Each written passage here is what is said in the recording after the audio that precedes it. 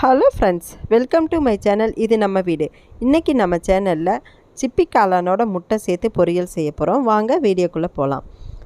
இது சிப்பி காளான். தண்டு வந்து நல்லா கெட்டியாக இருக்கும். மேலே இருக்கிற பார்ட் வந்து நல்லா சன்னமாக இருக்கும், லேசானதாக இருக்கும்.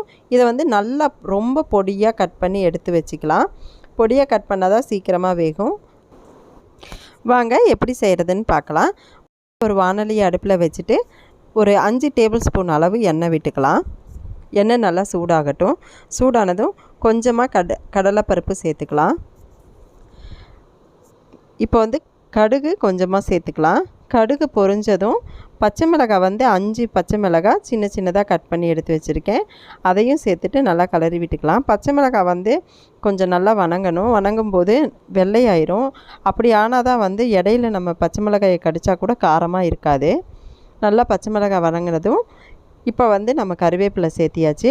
கருவேப்பிலை சேர்த்துட்டு கிளறி விட்டுக்கலாம். பொடியாக நறுக்கி வச்சுருக்கிற 2 பெரிய வெங்காயம், இதையும் வந்து இது கூட சேர்த்து கிளறிக்கலாம். நல்லா வணங்கணும். இது கூட வந்து தேவையான அளவு கொஞ்சமாக உப்பு சேர்த்து நல்லா வந்து நம்ம வணக்கிக்கலாம். பாருங்கள், கொஞ்சமாக உப்பு சேர்த்து கிளறி விட்டுக்கலாம். இந்த காளானில் வந்து குருமா வைக்கலாம். குருமா வச்சா ரொம்ப சூப்பராக இருக்கும். இப்படி பொரியல் பண்ணாலும் நல்லாயிருக்கும். குழந்தைங்களும் விரும்பி சாப்பிடுவாங்க. இந்த காளானில் வந்து பிரியாணி வந்து அந்தளவுக்கு நல்லா இருக்காது. ஆனால் வந்து பொரியலும் குருமாவும் ரொம்ப சூப்பராக இருக்கும். இப்போ இந்த காளான் வந்து நிறையவே கிடைக்கிது. பாருங்கள், ரொம்ப பொடியாக கட் பண்ணி எடுத்து வச்சுருக்கேன். இதையும் நாம் அதில் வந்து சேர்த்து கிளறி விட்டுக்கலாம். நல்லா வணங்கணுங்க.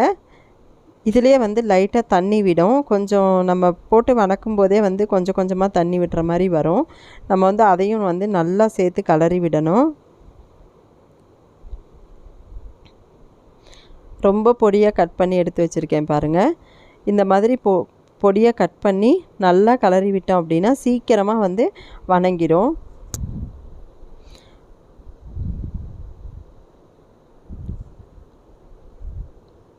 இப்போது காளானுக்கு தகுந்த அளவு உப்பு சேர்த்து நல்லா கிளறி விட்டுக்கலாம். நல்லா வணங்கினா கலர் மாறிடும். இப்போ வந்து மட்டன் மசாலா எடுத்திருக்கேன். மட்டன் மசாலா எடுக்கும்போது நமக்கு வந்து அந்த வாசனை மஷ்ரூமோட வாசனை வந்து நம்மளுக்கு இருக்காது. அதனால் வந்து மட்டன் மசாலா எடுத்திருக்கேன். உங்களுக்கு சிக்கன் மசாலா பிடிக்குன்னா நீங்கள் சிக்கன் மசாலா கூட ஆட் பண்ணிக்கலாம். காரத்துக்கு வந்து நம்ம பச்சை மிளகாய் சேர்த்துருக்கோம். அதனால் வந்து வேறு எதுவுமே நான் வந்து சில்லி பவுடர் அந்த மாதிரி சேர்த்துக்கல. இதுவே காரம் கரெக்டாக இருக்கும். அப்படி உங்களுக்கு காரம் வேணும்னா நீங்கள் சில்லி பவுட்ரு கூட கொஞ்சம் சேர்த்துக்கலாம். நான் மட்டன் மசாலா மட்டும் அந்த வாசம் போகிறதுக்காக 1 ஸ்பூன் அளவு சேர்த்துருக்கேன். சேர்த்து இது பாருங்கள் நல்லா வணங்கிருச்சு. இப்போ வந்து ஒரு பவுலில் வந்து 3 முட்டை எடுத்திருக்கேன். இந்த காளானுக்கு 3 முட்டை போதும் அப்படின்ட்டு 3 முட்டை எடுத்திருக்கேன். கொஞ்சம் உப்பு, கொஞ்சம் மிளகாய் தூள், கொஞ்சம் பெப்பர் போட்டுக்கலாம். நான் வந்து பெப்பர் போடல. தேவைப்பட்டால் நீங்கள் பெப்பர் போட்டுக்கோங்க. போட்டு நல்லா கலக்கி விட்டுக்கலாம்.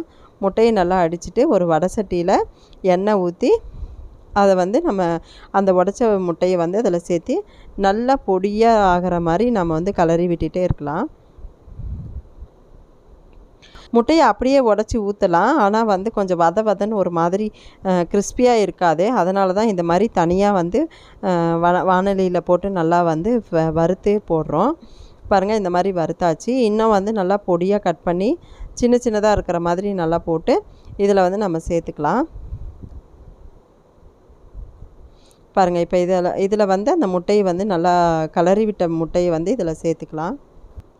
மஷ்ரூம் வந்து ஆல்ரெடி வெந்திருக்கு.